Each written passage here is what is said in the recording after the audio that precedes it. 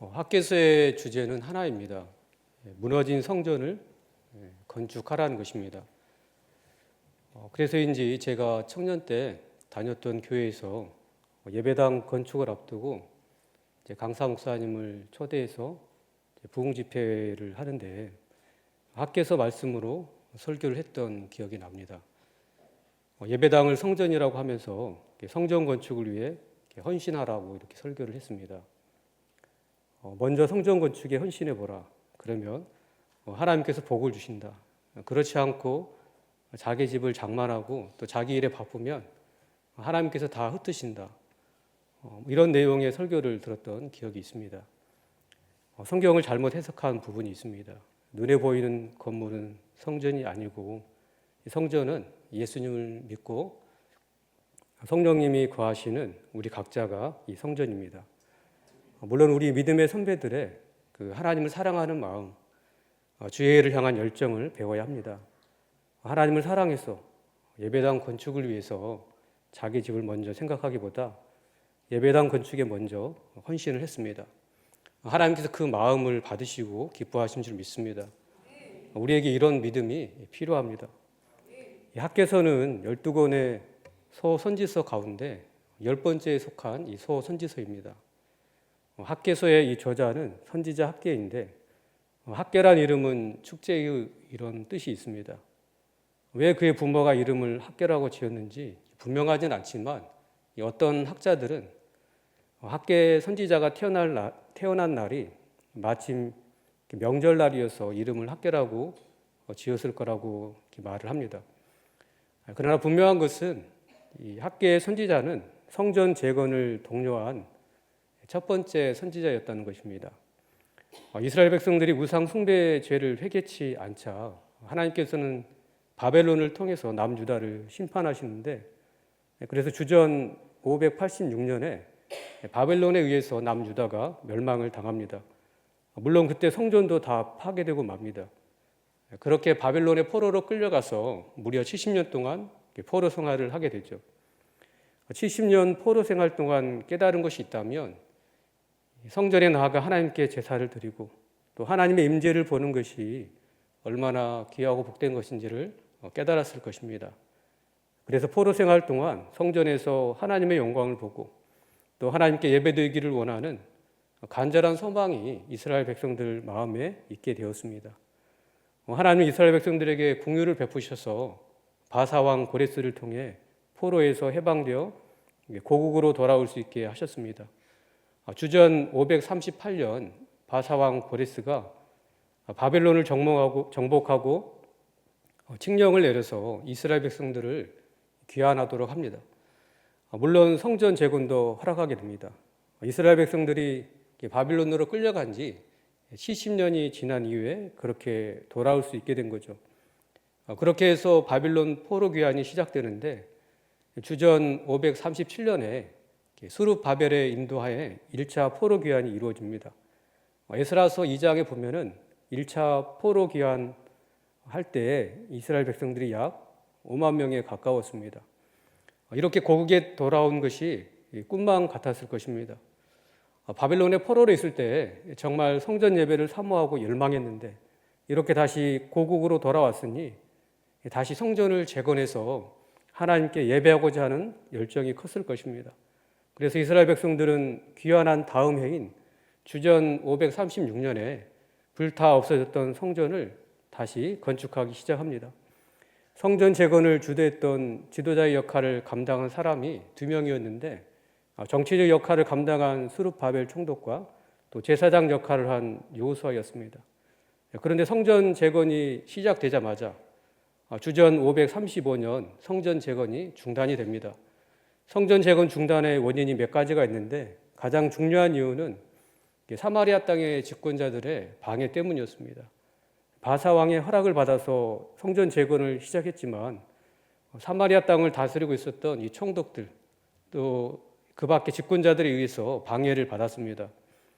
에스라서 4장 13절 16절에 보면은 사마리아의 이 지도자들이 바사 왕에게 거짓으로 이스라엘을 고소한 내용입니다.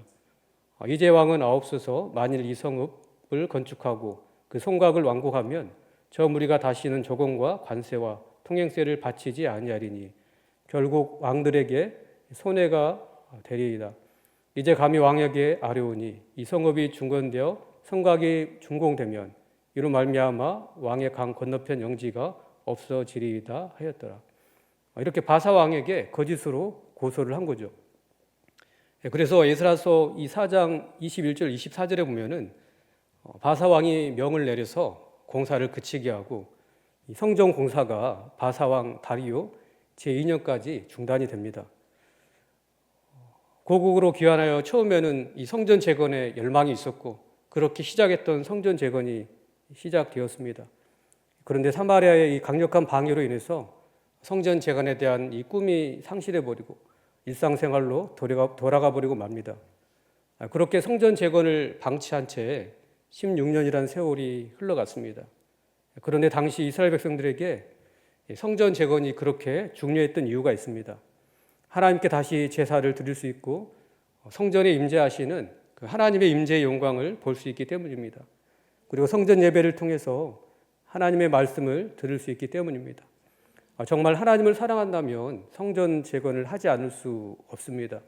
하나님과의 관계를 회복하고 또 신앙생활의 회복을 원한다면 성전 재건을 하지 않을 수 없습니다. 아니 다른 것은 몰라도 꼭 성전 재건을 이루어야 합니다. 사마리아의 방해가 있고 또 바사 왕의 반대가 있다면 하나님의 도우심을 구하고 멈추지 않고 이루어야 하는 것이 성전 재건이었습니다. 그러나 어쩔 수 없다는 생각으로 성전 재건을 멈추고 말았습니다. 나중에 반대 세력의 이 방해가 약해지고 나서도 이스라엘 백성들은 성전 재건에 무관심한 태도를 보였습니다. 그렇게 16년이라는 세월은 단순히 오랫동안 성전 재건이 중단되었다는 것만을 보여주는 것이 아닙니다. 하나님께 대한 이스라엘 백성들의 무관심을 보여줍니다. 성전이 황폐화된 채로 방치된 것은 그들의 신앙이 16년 동안 방치된 채로 있었다는 것을 보여줍니다. 하나님께 대한 믿음, 예배가 방치되었지만 자기 일에는 바빴습니다. 이스라엘 백성들은 성전 재건을 오랫동안 방치했지만 하나님은 이스라엘 백성들의 마음을 계속 방치하지 않으셨습니다. 성전 재건의 꿈을 다시 불러일으킬 그런 사람을 세우셨습니다. 그 사람이 바로 이 학개 선지자죠. 하나님께서 학개 선지자를 세우시는 때는 바사 왕이 죽고 다리오 왕이 다스리던 때였습니다. 우리 1절을 다시 한번 같이 읽겠습니다. 시작. 다리오 왕 제2년 서첫째 달 곧 그 달 초하루에 여호와의 말씀이 선지자 학개로 말미암아 스알드알의 아들 유다 총독 스룹바벨과 요사닥의 아들 대제사장 요수아에게 임하니라 이르시되 다리오 왕 제2년 주전 520년경에 하나님은 학개 선지자를 세우십니다. 하나님의 말씀이 학개에게 임하고 하나님께서 학개에게 중단되었던 성전 건축을 다시 하라는 말씀을 주십니다. 하나님이 이스라엘 백성들이 하나님을 향한 사랑을 회복하기를 원하셨습니다. 황폐화된 성전처럼 무너져 있는 신앙을 회복하기를 원하셨습니다. 그런 하나님의 마음을 학개 선지자를 통해서 이스라엘 백성들에게 전하셨습니다. 이렇게 해서 학개 선지자는 성전을 다시 건축하라는 하나님의 말씀을 이스라엘 백성들에게 전하게 됩니다. 그렇게 시작된 학개 선지자의 설교는 총 4편으로 이루어져 있습니다. 첫 번째 설교는 주전 520년 유대 정교력으로 6월 1일인데 양력으로 하면은 8월 말이나 9월 상수에 해당됩니다. 이렇게 시작된 학개 설교가 4개월 동안 4번 있게 되는데 오늘 본문은 그 첫 번째 설교 내용입니다. 설교 내용은 중단했던 성전 건축을 다시 하라는 거죠. 그렇게 학개가 성전 건축을 다시 하라는 하나님의 말씀을 전했을 때 이스라엘 백성들이 어떻게 반응을 했을까요? 2절에 보면은 이스라엘 백성들의 반응을 보게 됩니다. 여호와의 전을 건축할 시기가 이르지 않았다. 아직 때가 아니다. 이렇게 반응을 했습니다. 처음 성전 재건을 시작할 당시에는 정말 이스라엘 백성들에게 성전 재건에 대한 열망과 의지가 있었습니다. 다시 성전 예배를 회복하고 신앙을 회복하자 하는 그런 열망이 있었습니다. 그렇게 성전 재건이 시작되었습니다. 우리 에스라서 3장 11절에서 12절을 같이 읽겠습니다. 시작. 찬양으로 화답하며 여호와께 감사하여 이르되 주는 지극히 선하심으로 그의 인자하심이 이스라엘에게 영원하시도다 하니 모든 백성이 여호와의 성전 기초가 놓임을 보고 여호와를 찬송하며 큰 소리로 즐거이 부르며 제사장들과 레위 사람들과 나이 많은 족장들은 첫 성전을 보았으므로 이제 이 성전의 기초가 놓임을 보고 대성통곡하였으나 여러 사람은 기쁨으로 크게 함성을 지르니. 그렇게 성전 재건이 시작되고 성전 기초가 놓였을 때 사람들이 하나님을 찬송하며 큰 소리로 즐거워했습니다. 나이 많은 족장들은 성전 기초가 놓임을 보고 대성통곡했습니다. 나이 많은 족장들은 첫 성전인 솔로몬 성전을 본 사람들입니다. 그 사람들이 바벨론의 포로로 끌려가서 다시는 성전을 볼 수 없을 것이라고 생각했을 것입니다. 그런데 이렇게 성전이 재건되는 모습을 보고 하나님의 은혜에 감격해서 통곡했을 것입니다. 솔로몬 성전을 보지 못했던 사람들은 이 성전의 기초가 놓인 것으로만 해도 기쁨의 함성을 지르며 하나님을 찬양했습니다.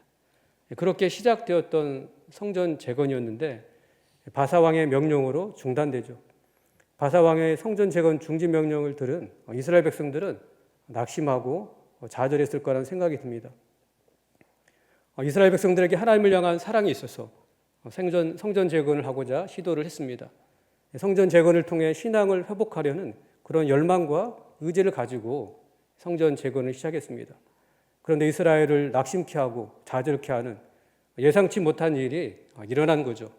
그때 이스라엘 백성들이 하나님을 더 의지하고 도움을 구했으면 어땠을까 하는 생각을 갖게 됩니다.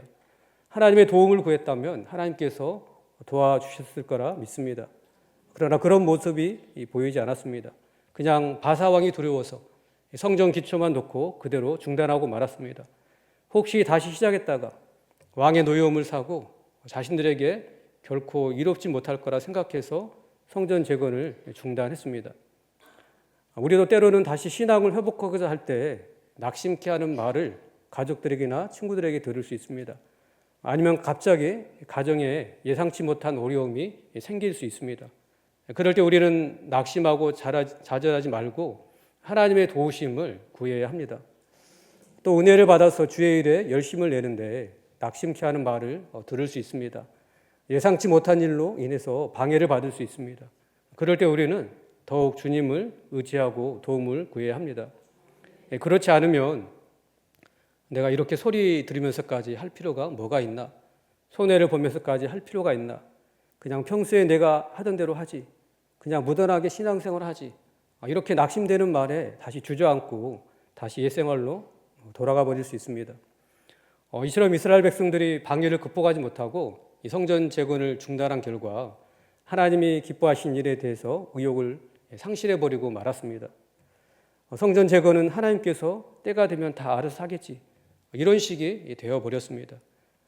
그리고 나서 성전 재건에 관해서는 무관심하면서 그렇게 오랜 시간을 보냈습니다. 하나님께서 기뻐하시는 일에 무관심한 마음은 자기 일에 바쁘게 되었습니다. 혹시 성도님들 중에도 뭔가 신앙을 회복하려고 하고 또 맡기신 일에 열심을 내려고 했다가 낙심되는 말을 듣고 아니면 갑자기 예상치 못한 어려움이 생겨 좌절하고 상실감에 중단해 버리지는 않았습니까? 그리고 나서 아직은 때가 아닌가 보다. 나중에 다시 기회가 되면 하자. 이런 생각을 하고 있지는 않습니까? 사실은 다시 하고 싶지 않아서 때가 되면 하지. 하나님께서 알아서 하시겠지. 이렇게 핑계를 대고 있을지도 모릅니다. 선한 일에 도전하려고 했다가 방해를 받고 미루게 되면 다시 시작하기가 쉽지 않습니다. 이스라엘 백성들이 그랬습니다. 성전 재건의 열망과 의지를 가지고 성전 기초를 다시 놓았습니다. 그러나 예상치 못한 벽에 부딪히자 극복해 보려고 하지도 않고 그대로 중단해 버리고 말았습니다. 그리고 하나님께서 때가 되면 알아서 하시겠지. 아직은 때가 아니다. 이렇게 미루면서 흘려보낸 시간이 무려 16년이나 되어버렸습니다. 아마 하나님께서 학계 선지자를 통해서 그들을 책망하고 그들의 마음을 다시 일깨우지 않았다면 결코 성전 재건을 할 수 없었겠다라는 생각을 하게 됩니다. 그럼 이스라엘 백성들이 성전 재건을 하지 않는 기간 동안에 무엇을 했을까요? 성전 재건에 무관심하게 되었지만 자기 일에는 바쁘게 되었습니다. 하나님은 학개 선지자를 통해서 이스라엘 백성들의 그런 죄를 책망하십니다. 우리 3절 4절을 같이 읽겠습니다. 시작. 여호와의 말씀이 선지자 학개에게 임하여 이르시되 이 성전이 황폐하였거늘 너희가 이때 판벽한 집에 거주하는 것이 옳으냐. 성전은 황폐하게 되어 있는 이때에 판벽한 집에 거하고 있는 것을 하나님께서 책망하십니다. 판벽한 집은 백향목 판자나 아르세긴 판자로 벽을 두르고 지붕을 덮은 집을 가리킵니다. 당시 이런 집은 매우 화려한 집에 해당됩니다. 그러니까 이스라엘 백성들은 성전 재건에 무관심해지고 대신 자기들이 거할 집을 꾸미는 데 있어서 시간과 돈을 쏟아부었던 것입니다. 아마 하나님께서 이 학개 선지자를 통해서 그들의 죄를 책망하지 않았다면 계속 그렇게 자기 일에 바빴을 것입니다. 하나님을 향한 열정이 식어버리면 자기에게 집중하게 됩니다. 세상에 빠지게 되어 있습니다. 주의 일에 관심을 가지기보다는 먹고 사는 일에 더욱 매달리게 됩니다. 정말 중요한 삶의 우선순위를 잃어버리고 살게 된다는 거죠. 우리의 삶의 우선순위가 무엇이어야 되는지를 말씀해 주는 말씀이 있습니다. 이사야서 43장 7절을 같이 읽겠습니다. 시작. 내 이름으로 불려지는 모든 자 곧 내가 내 영광을 위하여 창조한 자를 오게 하라. 그를 내가 지었고 그를 내가 만들었느니라. 하나님께서 우리를 창조하신 목적은 하나님의 영광을 위해서 창조하셨습니다. 우리 인생의 목적, 삶의 가장 우선순위는 하나님께 영광 돌리는 것이 되어야 합니다. 고린도전서 10장 31절에도 그런즉 너희가 먹든지 마시든지 무엇을 하든지 다 하나님의 영광을 위해서 하라고 말씀합니다. 하나님께 영광 돌리는 것이 내 삶의 목적, 가장 우선순위가 되어야 합니다. 하나님의 영광을 위해 사는 것이 창조의 목적대로 사는 것인데 그렇게 창조의 목적대로 살아갈 때 우리 인생이 가장 복되고 행복한 것입니다. 창조의 목적대로 살아갈 때 망하지 않습니다.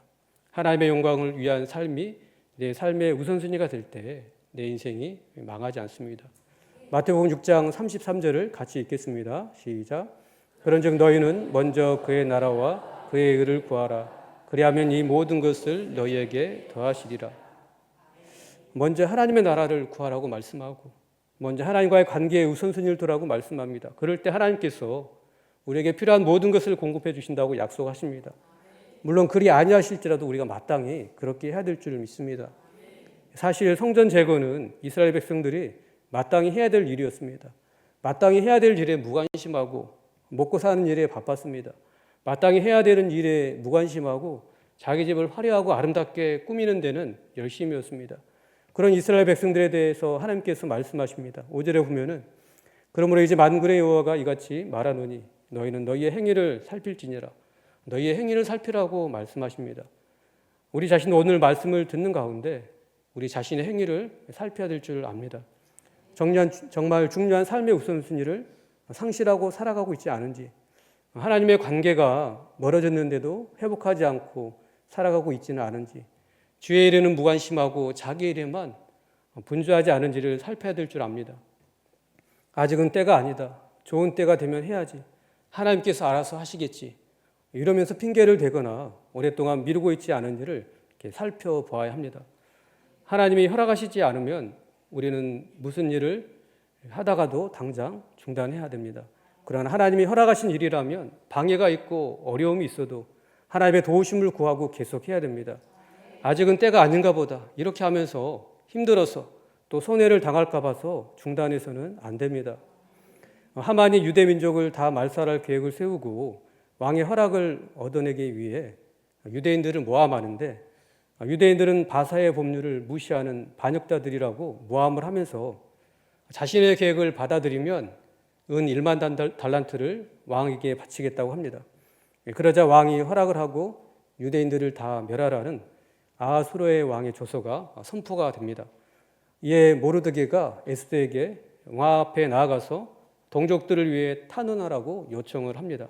그러자 에스더는 왕의 호출을 받기 전에 임의로 왕 앞에 나아가는 자는 지휘고하를 막론하고 다 사형에 처하게 되고 왕이 자신을 부르지 않은 지가 벌써 30일이나 되었다라고 말합니다. 그러자 모르드게가 에스더에게 한 말이 바로 에스더 4장 14절 말씀입니다.